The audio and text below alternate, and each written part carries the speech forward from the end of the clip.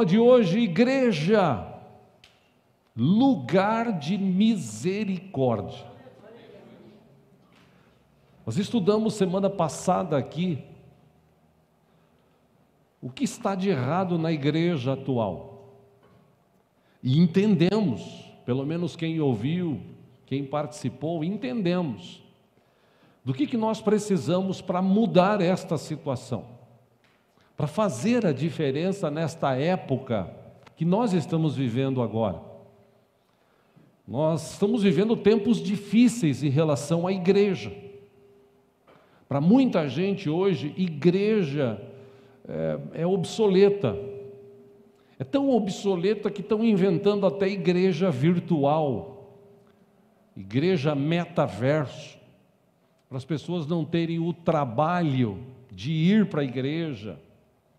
E igreja, como eu já disse aqui, repito e vou continuar repetindo, igreja quem inventou foi Jesus, não foi pastor que inventou a igreja. Jesus que inventou a igreja, entenda essa expressão, inventou. Ele é que disse para os seus apóstolos, os seus discípulos que se tornaram apóstolos, foi ele que disse: aguarde em Jerusalém, porque vocês vão ser cheios do Espírito, e depois vocês vão ser as minhas testemunhas, aonde vocês forem. E eles foram cheios do Espírito. Pedro, na sua primeira pregação, 3.000 almas se convertem. A igreja ia crescendo, estudamos isso semana passada, a igreja foi crescendo.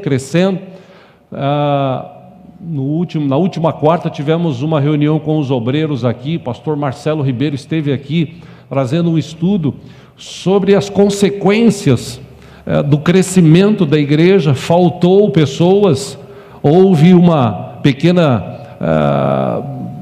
discussão na igreja, alguns estavam sendo atendidos, outros não, e Deus levantou pessoas, e os discípulos que se tornaram apóstolos também se tornaram grandes pregadores. A igreja cresceu, a igreja foi perseguida, a igreja foi vitoriosa, e a igreja vai continuar sendo vitoriosa, porque Jesus declarou: as portas do inferno não vão prevalecer contra a igreja do Senhor, ponto. Agora, claro, a gente passa dificuldades, como eu disse semana passada, igreja, como Jesus também declarou, e eu acabei de dizer, igreja, para ser destruída de fora para dentro é muito difícil, mas a igreja pode ser destruída assim de dentro para fora, e o inimigo sabe tanto disso que ele luta para trazer discórdia, brigas, fofocas dentro das igrejas, para que haja divisão, para que hajam grupos, para que as pessoas percam o foco principal do que é servir a Deus como igreja. E para a gente estudar sobre esse assunto aqui, igreja, eu acredito que você vai entender isso hoje de uma forma mais ampla. Igreja é um lugar de misericórdia. E para a gente entender isso, eu gostaria de ler um texto com os irmãos, você que trouxe sua Bíblia, vamos ler juntos, no livro de João, no capítulo 5, vamos ler juntos. Deus é bom, aleluia.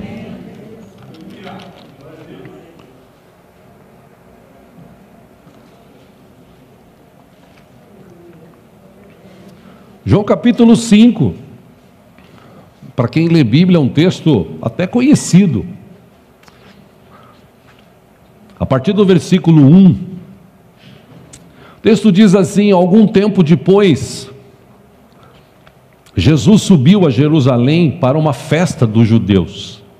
Versículo 2, há em Jerusalém, perto da porta das ovelhas, um tanque que em aramaico é chamado Betesda, tendo 5 entradas em volta. Versículo 3, ali costumava ficar grande número de pessoas doentes e inválidas, cegos, mancos e paralíticos. Eles esperavam um movimento nas águas. Versículo 4, o texto nos ensina que de vez em quando descia um anjo do Senhor e agitava as águas. O primeiro que entrasse no tanque, depois de agitadas as águas, era curado de qualquer doença que tivesse. Versículo 5: um dos que estavam ali era paralítico, fazia 38 anos. Versículo 6: quando viu deitado e soube que ele vivia naquele estado durante tanto tempo, Jesus lhe perguntou: você quer ser curado? Versículo 7: disse o paralítico: Senhor, eu não tenho ninguém que me ajude a entrar no tanque quando a água é agitada. Enquanto estou tentando entrar, outro chega antes de mim. Versículo 8: então Jesus lhe disse: levante-se, pegue a sua maca e ande. Versículo 9: imediatamente o homem ficou curado, pegou a maca e começou a andar. Isso aconteceu num sábado 10, e por essa razão os judeus disseram ao homem que havia sido curado: hoje é sábado, não lhe é permitido carregar a maca. Versículo 11: mas ele respondeu: o homem que me curou me disse: pegue a sua maca e ande. 12: então lhe perguntaram: quem é esse homem que lhe mandou pegar a maca e andar? Versículo 13: o homem que fora curado não tinha ideia de quem era ele, pois Jesus havia desaparecido no meio da multidão. Versículo 14, olha que interessante, isso aqui dá até uma outra mensagem, não vou falar sobre isso hoje. Mais tarde, Jesus o encontrou no templo e lhe disse: olhe, você está curado. Aí Jesus olha para ele e diz assim: não volte a pecar, para que algo pior não lhe aconteça. Por último, versículo 15, o homem foi contar aos judeus que fora Jesus quem o tinha curado. Só até aí. Algumas considerações aqui importantes. Primeiro, Betesda. A tradução do nome Betesda do aramaico para o português que nós conhecemos é casa de misericórdia ou lugar de misericórdia.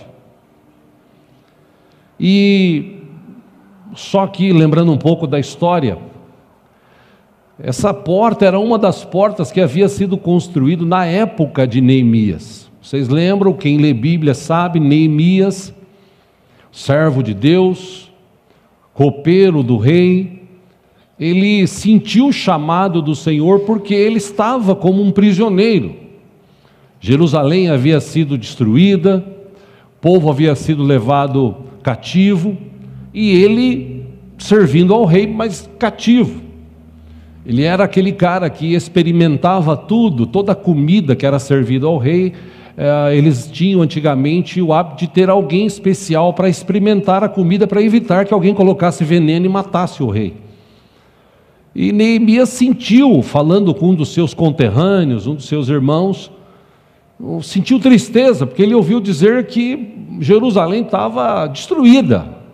As portas da cidade, haviam 12, elas estavam todas arrebentadas, muros destruídos, fendas, brechas nos muros.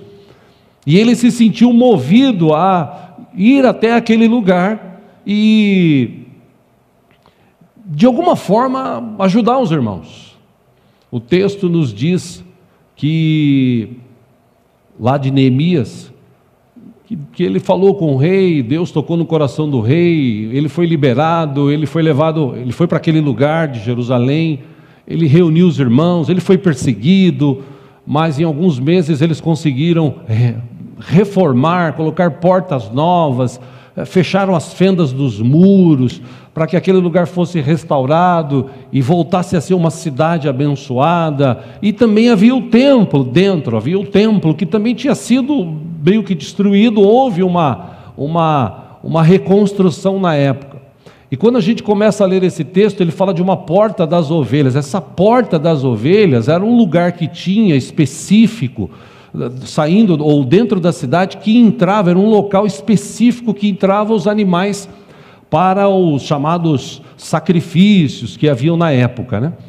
E dentro próximo do templo, havia esse tanque, e chamado tanque de Betesda, ou casa de misericórdia, lugar de misericórdia, e seria um bom nome para a igreja evangélica de hoje. A igreja de hoje deveria ser uma casa de misericórdia.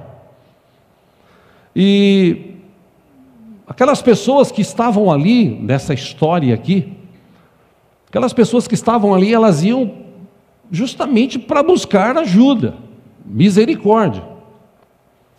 E é interessante esse texto, porque o texto fala que haviam muitos paralíticos, aleijados, cegos, haviam muitos. E eles ficavam esperando uma manifestação, que é interessante esse texto, porque eu digo sempre aqui, meus irmãos, se está na Bíblia, é porque é verdade.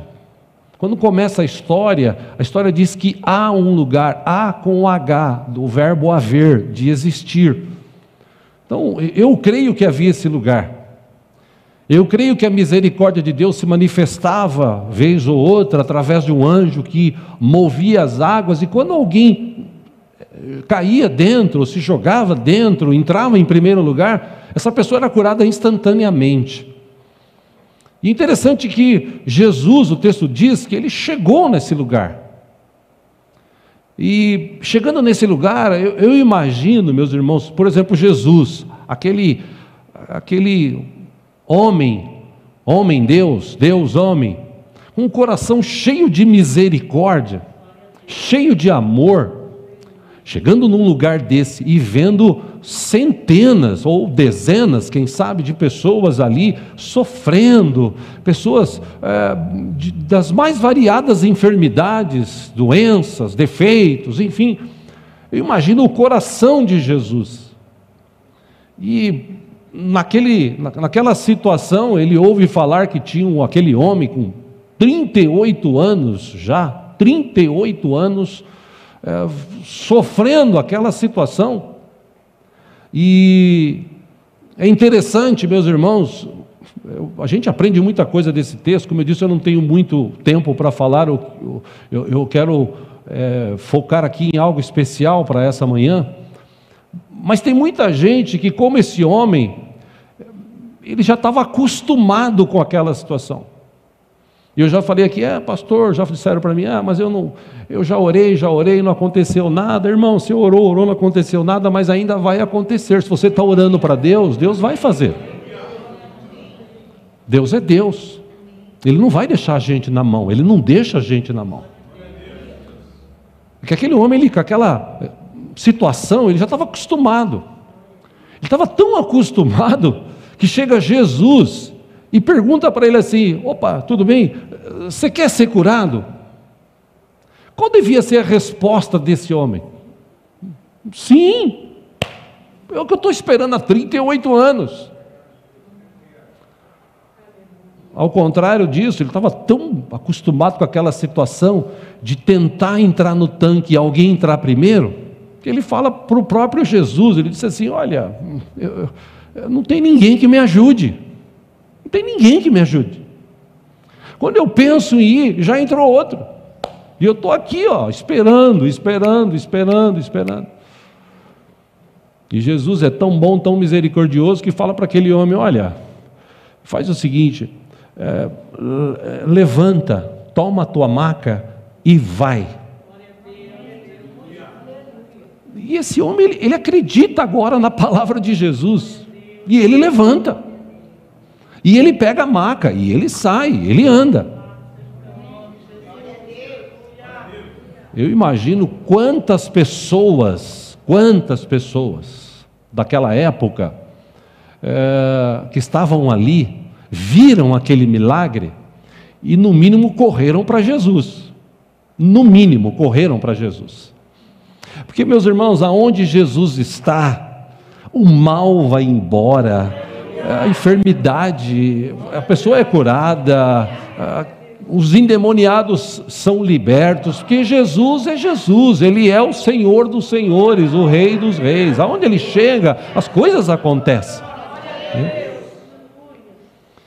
Assim deveria ser na igreja hoje, porque a igreja hoje é o lugar onde Cristo se manifesta, é onde Ele está. Por exemplo, Jesus está com a gente aqui hoje.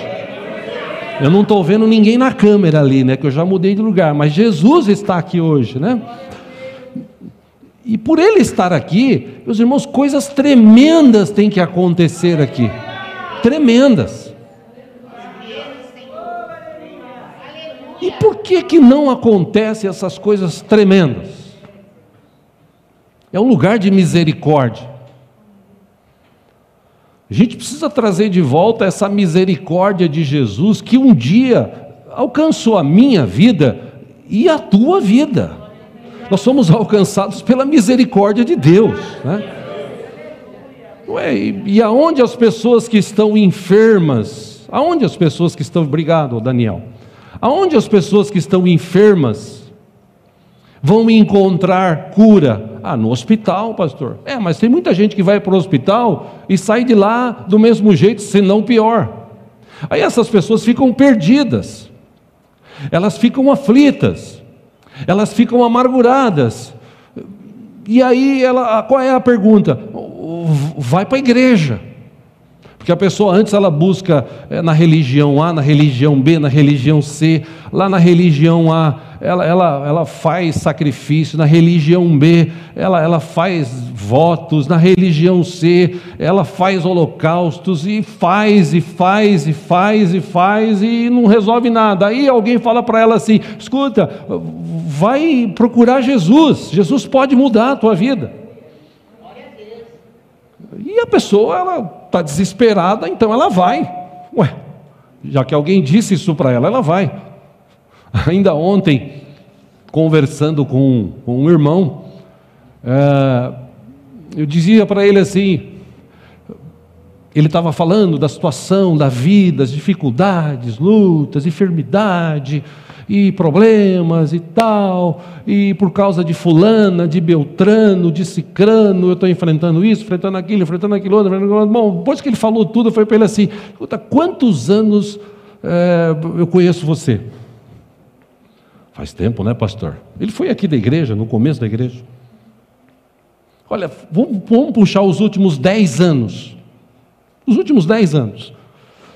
Nesses últimos 10 anos, pelo menos 2 vezes, de 5 em 5 anos, você apareceu aqui dizendo que estava com um problema, com uma enfermidade, com uma dificuldade e tal, e a gente orou, você falou assim: eu vou agora seguir a Deus de todo o meu coração, agora eu vou, pastor. E depois de 2 meses, aí voltou há 4 ou 5 anos atrás: pastor, eu estou no fundo do poço, aconteceu isso e tal. Meu irmão, você precisa tomar um posicionamento na tua vida. E ele disse: eu sei, tal. Não, eu quero, pastor, eu quero, tal. Tem certeza? Vamos orar? Aí oramos de novo. Fez uma oração de confissão, pediu perdão, amém, glória a Deus, tal. Meu irmão, não deu 3 meses, aliás, não deu 2 meses. Aí ontem, passando por aí, viu a gente, tal, né? Aí ele estava querendo justificar a situação dele atual. Aí eu disse para ele assim, falei: meu irmão, posso te falar um negócio assim, profundo, para você pensar? Claro, pastor. Meu irmão, quem olha para você hoje, você, do jeito que você está, a situação que você está, se você falar para a pessoa que você tem um caminho que chama Jesus, que muda a vida, a pessoa vai olhar para você e falar assim: do jeito que você está, nunca eu vou atrás desse Jesus. Olha o jeito que você está. E não é pela situação financeira, não é pela situação de vestir uma roupa boa ou não. O que eu estou falando é alegria de viver, de estar na presença de Deus, que mesmo em meio à dificuldade, você está na presença de Deus, você está louvando, você está adorando, você está presente. Eu estou falando isso. Aí quando você está presente, quando você assiste culto, participa de culto, ouve a palavra entra no teu coração, muda você, leva você a viver uma nova vida. Essa nova vida independe das situações, porque você sabe o Deus que você tem um Deus vivo e poderoso como eu tenho, que anda com a gente, que cuida da gente, que ama a gente, que traz recursos para a gente, que abre portas para a gente. Nós temos um Deus poderoso. Ah, pastor, é verdade. Não, o senhor tem razão, é verdade. Amanhã eu estou aí. Eu não estou vendo ele aqui. Entende, meus irmãos, o que eu estou falando? Como é que eu vou falar da misericórdia de Deus para as pessoas, se as pessoas olham para mim com um dó? Entenda o que eu estou te falando, mas elas não podem olhar. Não, meu irmão, a pessoa pode olhar para você com um olhar de misericórdia. Você não precisa ser rico, famoso, mas ainda assim, mesmo não sendo rico, famoso, você tem uma alegria que sai de você e emana para as pessoas. Por quê? Porque você conheceu esse Jesus. Esse Jesus que teve misericórdia de um homem que fazia 38 anos estava numa situação e já estava acostumado com aquilo. É por isso que eu não entendo hoje, dentro da igreja evangélica, pessoas, crentes, que já se acostumaram. Eu já orei, não resolve, então tá bom, é assim mesmo. Deus quer assim, né? Não, irmão, Deus não quer assim. Jesus mesmo disse, quando ele foi questionado, ele foi orar por uma outra pessoa, os apóstolos, os discípulos na época, chegaram e falaram assim: Jesus, por que ele está assim? Porque o pai e a mãe pecou? Ou porque ele pecou? Que a máxima da época é o seguinte: pecou, o cara está lascado. Vai nascer cego, vai nascer surdo, vai nascer aleijado, ou então as consequências da vida vai fazer ele ficar assim porque ele pecou. O que Jesus respondeu? Não foi pecado de mãe, de pai, nem dele. Ele está assim para que se manifeste a glória de Deus Pai. E ele foi curado na hora, instantaneamente. Chegou a hora, ele foi curado. Então eu creio que a igreja, nós estamos aqui, nós estamos orando. A igreja levantou um clamor, por exemplo, pela vida da irmã Salete. Vocês receberam um áudio dela ontem, chorando, agradecendo a Deus. Por quê? Porque ela está no hospital, mas está bem, está se recuperando. Deus está agindo. A gente ora por várias pessoas aqui, nós temos orado por várias pessoas. Meus irmãos, as pessoas parecem que não entendem, os crentes, na verdade, parecem que não entendem, que nós temos um Deus que não muda. Deus é o mesmo ontem, hoje, sempre. O mesmo Deus de justiça, de misericórdia, de amor, de milagres, é o mesmo ontem, hoje, sempre. Aliás, Jeremias, nas suas lamentações, capítulo 3, versículo 22, só para lembrar você, acompanhe aqui, ele disse: graças ao grande amor do Senhor é que não somos consumidos, pois as suas misericórdias são inesgotáveis, renovam-se cada manhã, grande é a tua fidelidade. Grande é a fidelidade do Senhor, Deus nos ama. Então o que está acontecendo? Por que a igreja está assim, mirrada? Está acontecendo alguma coisa. E é sobre isso que eu quero me aprofundar com os irmãos hoje. Por exemplo, um fato que estamos vivendo na nossa igreja aqui atualmente. Um adendo aqui dentro dessa ministração. Nós estamos com um problema grave aqui de voluntariado. A nossa igreja nunca teve esse problema. Nunca tivemos. Ao contrário. Antigamente, quando a gente falava, por exemplo, mercados, irmãos, vamos ter um trabalho nos mercados, precisamos de voluntários. Meu irmão, era 40, 30, 40 pessoas que iam. Hoje, quando a gente pede, vai 2, 3, olha lá. O que aconteceu? O que mudou nesses últimos 4, 5 anos? Veio a pandemia, veio a crise, Os mercados, para você ter uma ideia, eles chamaram a gente, eles querem que a gente vá agora todo sábado, porque eles querem fazer um trabalho de arrecadação todo sábado. Só que nós falamos para eles, é inviável, a gente não tem voluntários para tudo isso. Nós temos dificuldade hoje aqui na nossa igreja, para vocês terem uma ideia, de obreiros. Nós tínhamos uma gama de obreiros muito grande, mas depois da pandemia, alguns desses desistiram. E a gente continua com alguns obreiros, mas esses obreiros que nós temos, a maioria tem duas, três atividades. Às vezes a pessoa está na portaria, no outro dia ele tem que dar aula, no outro dia ele tem que abrir a igreja, fechar. A gente tem dificuldade. Irmãos, nós temos dificuldade hoje com voluntários para o departamento infantil. Nós temos dificuldade hoje. Nós já perdemos professores na pandemia, perdemos professores ano passado, e agora, a Adriana aqui, né? Vou falar da Adriana. A Adriana está indo embora, o Diego está esperando ela, ansioso lá no interior, na casa nova que eles construíram lá, tal, né? Deus abriu as portas, vai ser uma bênção, né? Uma professora que está se dedicando, mas perdemos ela, perdemos no sentido figurado, né? Glória a Deus, né? Mas perdemos essa professora. A nossa irmã Karina, que é uma das professoras, esposa do Renato, né? Vai ter bebê, ela pediu para se afastar. Logo a Simone, esposa do Vinícius, também vai ter que se afastar por conta de gravidez, né? O pastor Jackson, que também dá aula, está no hospital com a esposa lá, aguardando nascer a abençoada que vai chegar, né? A Isabela, né? E a gente está com dificuldade. A Elaine está arrancando os cabelos assim, falando: pastor, o que eu faço agora? Porque a gente não tem mais. Irmão, se a gente não levantar novos voluntários para ajudar no ministério infantil, você vai ter que ficar com o teu filho aqui dentro. E apertando ele ainda, porque se eu ver eu falar alguma coisa, eu chamo a atenção na hora. Então você vai ter que ficar quieto, senão o pastor vai... Brincadeira. Vai acabar acontecendo isso. Aí eu pensando sobre isso, por isso esse adendo aqui, eu e você, nós já fomos alcançados pela misericórdia de Deus. E por sermos alcançados pela misericórdia de Deus, irmãos, em nome de Jesus, entenda essa expressão que eu vou usar. Nós temos uma dívida eterna com Deus.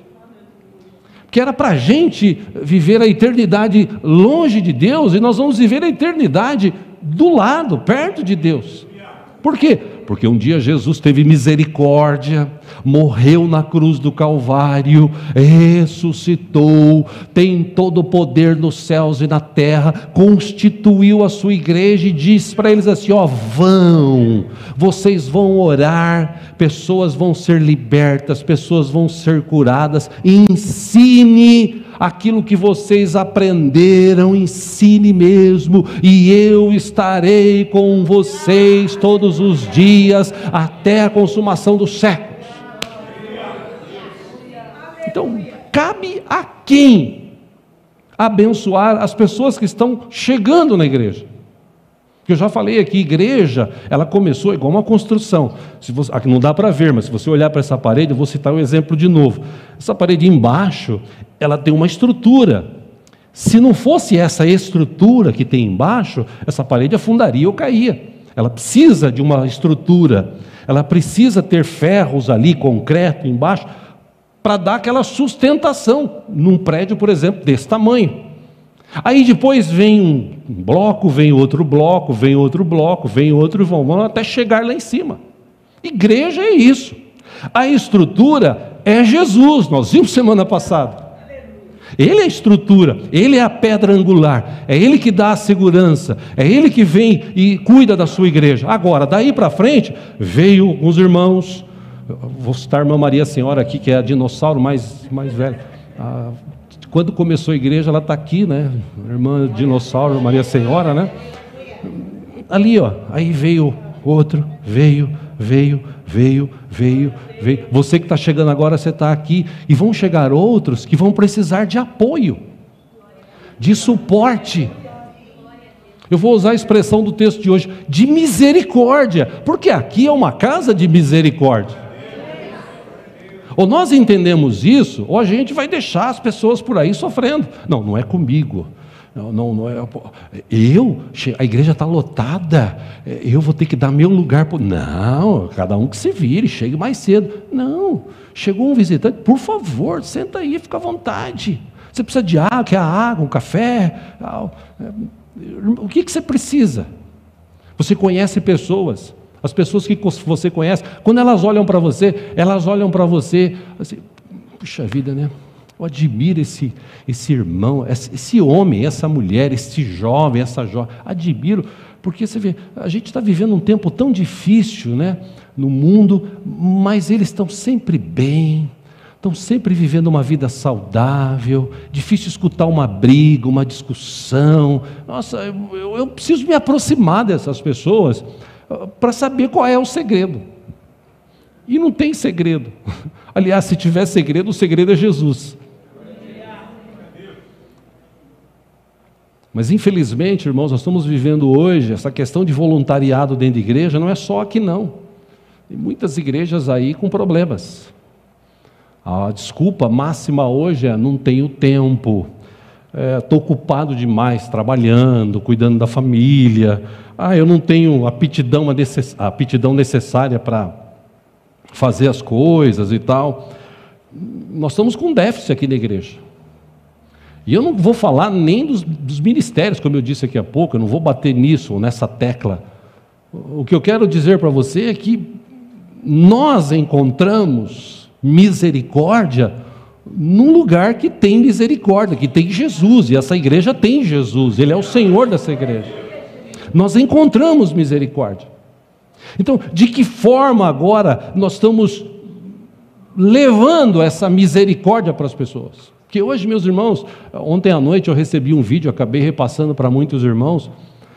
As pessoas querem conhecer Jesus. Você fala assim: não, o povo hoje não está nem aí. Irmão, está cheio de gente precisando ouvir falar de Jesus, o Jesus que está no teu coração, que mudou a tua vida.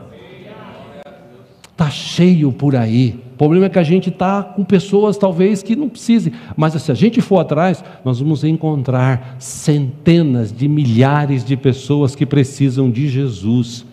E quem vai levar esse Jesus para ela? Quem vai falar desse evangelho com a própria vida? Nós.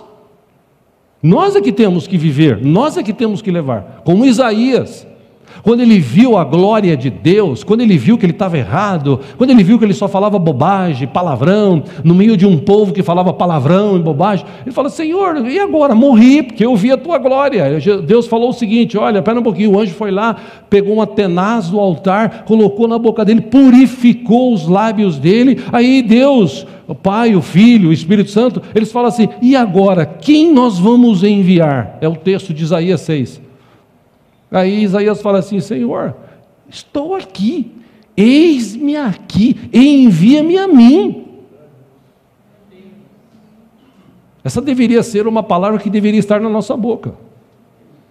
Afinal, Jesus disse, Mateus capítulo 9, versículo 35, acompanhe aqui. Jesus ia passando por todas as cidades e povoados, ensinando nas sinagogas, pregando as boas novas do reino e curando todas as enfermidades e doenças. 36, ao ver as multidões, teve compaixão delas, porque estavam aflitas e desamparadas, como ovelhas sem pastor. 37, então disse aos seus discípulos: a colheita é grande, mas os trabalhadores são poucos. 38, e último, ele disse: peçam, pois, ao Senhor da colheita, que envie trabalhadores para a sua colheita. O que a gente tem feito aqui? Senhor, levanta cearenses. A seara é grande, precisa de cearense. Ou de ceifeiros, né? A gente precisa falar de Jesus. Quando que Jesus vai voltar? Não sei, pode ser amanhã, pode ser daqui 10 anos, 1 ano, não sei.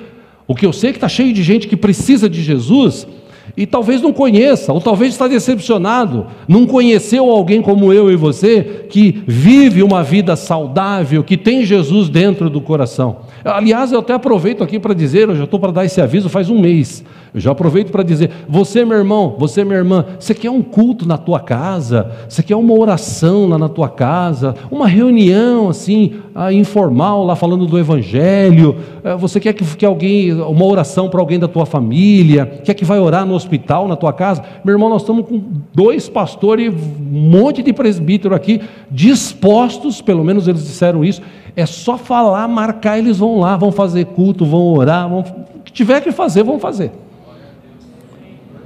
Até para te ajudar a ganhar tua família, meu irmão. minha irmã, você e eu, nós temos familiares que não são cristãos.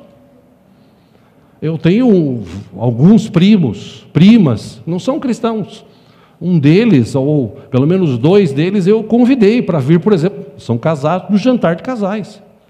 Um não deu resposta, o outro falou, opa, que legal, eu vou. O cara não gosta muito de igreja, essas coisas, mas ele viu, vez ou outra assiste os nossos cultos, que a nossa igreja, ela é um pouco diferente da igreja da televisão, que pede, que vê aquele negócio. A nossa igreja, o nosso culto é esse.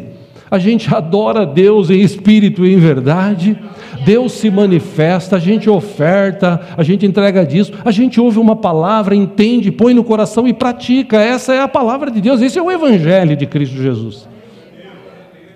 Eu convidei, pelo que ele disse, já confirmou, vai estar com a gente no jantar de casais. Quem sabe no jantar de casais, uma palavra que se é lida, uma atitude nossa, a pessoa desperta e fala assim, pô, eu quero esse Jesus, Amém? Amém. Quem que vai falar para eles? Nós. Ah não, pastor, eu não sei falar. Irmão, você não precisa falar nada, mostra Jesus com a tua vida, com a tua atitude. Foi o que eu falei para o irmão ontem. Eu falei, as pessoas olham para você, elas não encontram Jesus, porque o Jesus que eu conheço, ele transforma, ele liberta, ele abençoa, ele traz paz ao coração, mesmo ele traz paz, ele anda conosco. Quando as pessoas chegam perto da gente, elas têm prazer de estar conosco, porque não é porque nós somos melhor do que ninguém, é porque a presença de Deus, de Cristo, do Espírito é forte dentro de nós. Enfim, se as pessoas entendessem, se os cristãos entendessem como é precioso servir a Deus, como é precioso servir a Deus. Tem um outro texto aqui, quero citá-lo, também para te ajudar a pensar sobre isso. Livro de João, capítulo 13, acompanha aqui no telão, ou no paredão. Versículo 1 diz assim, um pouco antes da festa da Páscoa, sabendo Jesus que havia chegado o tempo em que deixaria este mundo e iria para o Pai, tendo amado os seus que estavam no mundo, amou-os até o fim. Pausa aqui, meu irmão. Se você crê que Deus te ama, diga amém. Se você crê que Deus ama a pessoa que está do teu lado, esquerdo, direito, diga para ela, Deus te ama.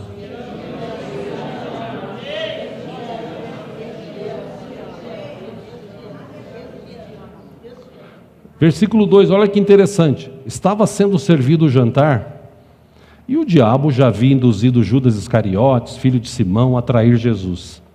Versículo 3, Jesus sabia que o Pai havia colocado todas as coisas debaixo do seu poder, e que viera de Deus e estava voltando para Deus. Versículo 4, assim, levantou-se da mesa, tirou sua capa e colocou uma toalha em volta da cintura. Versículo 5, depois disso, derramou água numa bacia e começou a lavar os pés dos seus discípulos, enxugando-os com a toalha que estava em sua cintura. Versículo 6, chegou-se a Simão Pedro, que lhe disse, Senhor, vais lavar os meus pés? 7, respondeu Jesus, você não compreende agora o que eu estou lhe fazendo, mais tarde, porém, entenderá. O bicho era tão cabeça dura nessa época, versículo 8 ele disse, não, nunca lavarás os meus pés. Aí Jesus olha para ele e fala assim, se eu não lavar os seus pés, você não terá parte comigo. Versículo 9, respondeu Simão Pedro, então Senhor, não apenas meus pés, mas também minhas mãos, tipo, dá um banho. E Jesus falou, não filho, é só os pés, tá? Versículo 10, respondeu Jesus, quem já se banhou precisa apenas lavar os pés, e todo o seu corpo está limpo. Vocês estão limpos, mas nem todos. Versículo 11 explica, pois ele sabia quem iria traí-lo, e por isso disse que nem todos estavam limpos. 12, quando terminou de lavar-lhe os pés, Jesus tornou a vestir sua capa e voltou ao seu lugar. Então lhes perguntou: vocês entendem o que lhes fiz? Versículo 13: vocês me chamam mestre e senhor, e com razão, pois eu o sou. Versículo 14: pois bem, se eu, sendo senhor e mestre de vocês, lavei-lhe os pés, vocês também devem lavar os pés uns dos outros. 15: eu lhes dei o exemplo para que vocês façam como lhes fiz. Versículo 16: digo-lhes verdadeiramente que nenhum escravo é maior do que o seu senhor, como também nenhum mensageiro é maior do que aqueles que o enviou. 17, último, Jesus disse: agora que vocês sabem destas coisas, ou estas coisas, felizes serão se as praticarem. Então, meu irmão, olha o que Jesus falou. Você quer ser feliz? Eu vou perguntar aqui o que Jesus perguntou, tá? Ou o que Jesus falou. Eu pergunto. Uma pergunta retórica, né? Eu já sei a resposta. Mas eu vou perguntar. Você quer ser feliz? Amém. Jesus falou: pratique o que você aprendeu. Aleluia. Essa semana indo para o átrio, eu falei para o pastor Bob, eu estou assim numa fase que eu sinceramente eu não sei nem o que eu prego mais. Ele falou: por quê? Eu falei: cara, eu prego. Faz 19 anos que eu prego, ensino, prego grande, prego pequeno, prego grosso, fino, prego para tudo quanto é lado. E entra num ouvido e sai pelo outro, cara. Você não vê mudança, meu. É inacreditável. Mas ainda assim eu orei e Deus me deu essa mensagem para hoje, né? Enfim, que a palavra dele se renova. Mas Jesus ensinou, ele foi o modelo. E é interessante que nesse modelo aqui de Jesus, ele foi e fez. Um Deus, ou um mestre e senhor, respeitado por eles, ele se abaixou, se ajoelhou e lavou o pé dos caras, mostrando que, como ele mesmo dizia, porque falar é fácil. Antigamente meu pai citava uma máxima, né? Diz que tinha alguns pastores, padres, que eles falavam assim: faça o que eu mando, mas não faça o que eu faço. Então, hoje os grandes pregadores, eles não querem ser simples, servir, ele quer ganhar. Tem pregador hoje, ele chega e fala assim: eu vou pregar, mas é 2 pau. É porque eu tenho despesa. Aquele Dedé Santana, ele cobrava 2.000 para contar o testemunho que Jesus fez na vida dele. Eu falei: meu Deus do céu, o pior é que tinha besta de pastor que pagava. Tinha pastor que pagava, né? Porque eu não pago 2.000 para o cara vir contar o testemunho do que Cristo fez na vida dele. Você está de brincadeira, né? Você tem que contar isso aos 4 cantos e confiar que Deus está com você e Ele vai te sustentar e as igrejas vão abençoar. Enfim, o tanque de Betesda ganhou aquela fama. Começo a encerrar aqui, porque aparecia um anjo e o anjo movia as águas. Aquele homem estava tão acostumado de olhar para o anjo que quando chega Jesus do lado dele, ele não tem olhos para Jesus. Jesus chega para ele, fala com ele, é como se fosse qualquer um que chegasse ali. E Jesus fala assim: escuta, você quer ser curado? Aí ele fala: não tem ninguém para me ajudar. Meus irmãos, pegando um gancho nisso, quantas pessoas estão por aí precisando de ajuda? Nos hospitais, nos manicômios, pela rua. Existem pessoas que estão desesperadas. Você vê que o mundo está indo para um lado, e escolas, você vê jovens hoje deixando de estudar para brigar. Você vê hoje as pessoas que estão envolvidas com drogas, os caras estão roubando cabo, fio, cheio de semáforo aí sem funcionar. E a culpa não é deles, a culpa é que existe gente que compra fio roubado. É como o traficante, ele só existe porque tem gente que vai comprar, que se ninguém comprasse ele ficava com aquilo ali e morria. O mundo de hoje está numa situação crítica, difícil. Quando eu vou lá no átrio, que eu tenho esse privilégio de ir lá, eu converso com alguns irmãos, eu vejo hoje, graças a Deus, até em alguns, uma mudança. Glória a Deus, eu estou vendo mudança, glória a Deus. Mas eu vejo também que tem gente ali que, entra por um ouvido e sai pelo outro, sabe? Como hoje. Mas quando a pessoa busca misericórdia, ela encontra. Porque Jesus não está mais assim, Jesus está assim. Vem do jeito que você está, eu posso mudar a história da sua vida. Se Jesus mudou a história da tua vida, da minha vida, o que nós somos hoje? Somos pessoas que foram alcançadas por essa misericórdia. Então agora eu digo assim, olha, você quer misericórdia? Como disse Billy Graham, que Deus o tenha, uma frase dele inesquecível, ele disse assim, o que é o Evangelho?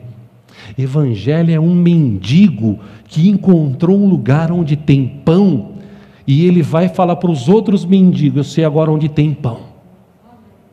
Quer dizer, o que é Evangelho?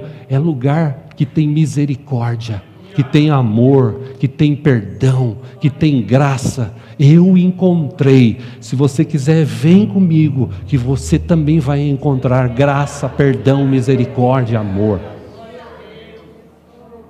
Deus é bom. Para encerrar aqui, meus irmãos, a gente tem que orar bastante. Porque hoje em dia muita gente está com medo de ir para a igreja, porque eles vão para a igreja. Tem igreja hoje que eu não gosto nem de falar isso, mas não vou falar obrigado, mas eu falo porque é uma verdade. Tem igreja hoje que se tornou profissional na área de venda. Para a pessoa alcançar misericórdia, ele precisa comprar um pacotinho de sal, precisa comprar um sabonete, precisa comprar uma vassoura, precisa comprar um óleo ungido, precisa comprar um travesseiro, precisa comprar bala. Comprar no sentido figurado, né, irmão? Dá uma oferta e leva isso daqui. Para se sustentar, para sustentar a igreja. Meu irmão, quem sustenta a igreja não é bala vendida ou dada. Quem sustenta a igreja é Deus. Jesus não chegou naquele cara e falou assim, você quer ser curado? Quero. Então me dá uma graninha aí. Ó, eu estou com um lenço ungido, dá uma oferta e pega ele. Foi isso que Jesus fez? Jesus falou assim, ó, levanta e anda, pega a tua maca e vai. Porque Jesus é assim, esse mesmo Jesus é o Jesus que eu creio. Ele continua aqui em nosso meio. E sabe por que ele não se manifesta talvez tanto como antigamente? Porque hoje a fé das pessoas é muito pequena. O desejo de ver pessoas transformadas é muito pequeno. Tem um texto, só para citar aqui, Mateus 19, 12. Jesus entrou no templo naquela época e expulsou todos os que estavam ali comprando e vendendo. Derrubou a mesa dos cambistas e as cadeiras dos que vendiam pombas e lhes disse, está escrito, a minha casa será chamada casa de oração, mas vocês estão fazendo dela um covil de ladrões. 14, os cegos e os mancos aproximaram-se dele, Jesus no templo, e ele os curou, porque Jesus cura, ainda hoje Jesus cura. Quantas pessoas hoje estão precisando alcançar misericórdia? Centenas de milhares. Talvez até aqui hoje, ou assistindo em casa, existe gente que precisa de misericórdia, precisa de cura, precisa de uma mudança de vida, de pensamentos. Tem gente que não deu certo o trabalho, não deu certo o casamento, está com uma enfermidade, aconteceu algo assim extraordinário, e aí, precisa de misericórdia. Onde que essa pessoa vai encontrar? Na igreja. Com quem? Igreja, 4 paredes? Não, igreja eu e você. Nós oramos uns pelos outros, e se orarmos uns pelos outros, Deus se manifesta, porque Deus se manifesta no meio do seu povo. O tanque de Betesda é o retrato da sociedade hoje que nós estamos vivendo. Está aí a sociedade, está cheio de gente manca, doente, espiritualmente falando.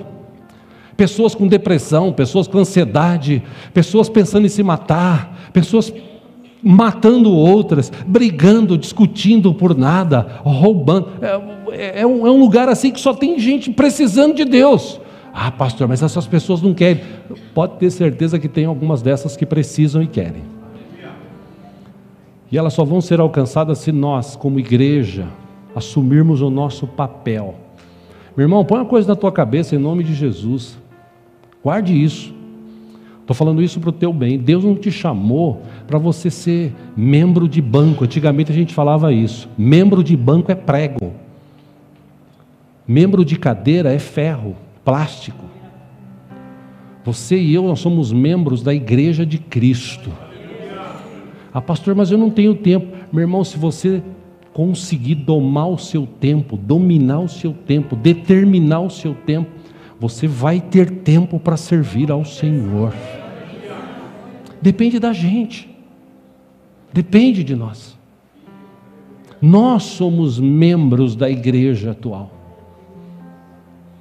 E para encerrar aqui, eu cito um texto de 1 Coríntios capítulo 15, versículo 58. O apóstolo Paulo, escrevendo na igreja de Corinto, ele diz: portanto, meus amados irmãos, mantenham-se firmes e que nada os abale. Sejam sempre dedicados à obra do Senhor, pois vocês sabem que no Senhor o trabalho de vocês não será inútil. No Senhor. Paulo está afirmando. Eu não sei se você sabe, mas se você não sabia, fique sabendo. Isso eu também posso te afirmar. Todo trabalho dedicado ao Senhor, Ele sabe, não é inútil, é Ele que abençoa.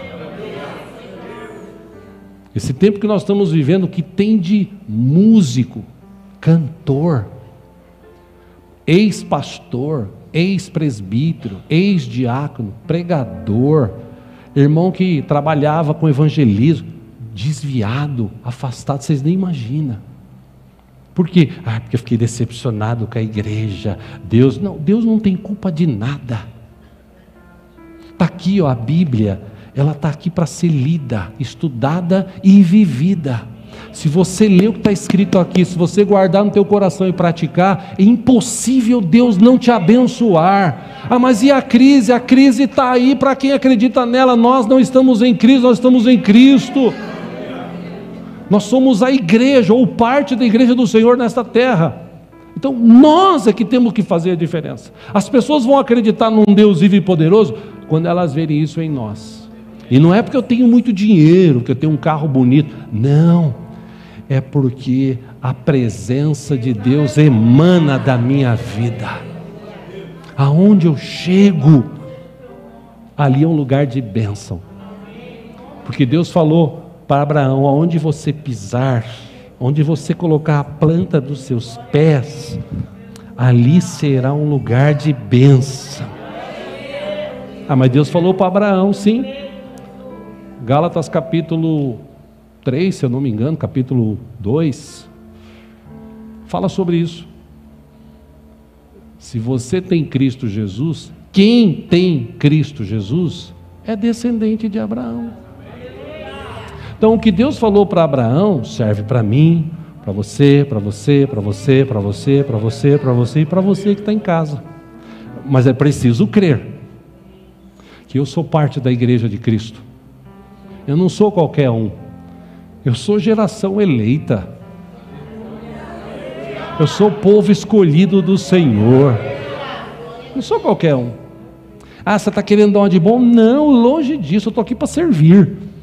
Mas uma coisa eu sei, eu tenho um Deus vivo, que habita em mim, que está comigo todo o tempo, que vai voltar para me buscar, e eu vou passar a eternidade na presença dEle. E enquanto isso não acontecer, eu vou trabalhar, eu vou servir ao Senhor com alegria, eu vou falar de Jesus. Meu irmão, fale de Jesus para as pessoas. Você vai se surpreender que está cheio de gente aí que vai ouvir você falar, porque Deus vai colocar a palavra no teu coração. Deus vai levantar você para mover as nações, para mover pessoas, bairros, situações. Deus vai levantar você. Se você se dispor, você só precisa se dispor. Quem era Isaías? Quem se tornou Isaías? Ele só disse: Senhor, eis-me aqui, envia-me a mim. E Isaías se tornou talvez o maior profeta de todos que existem. Por quê? Porque só precisa se dispor.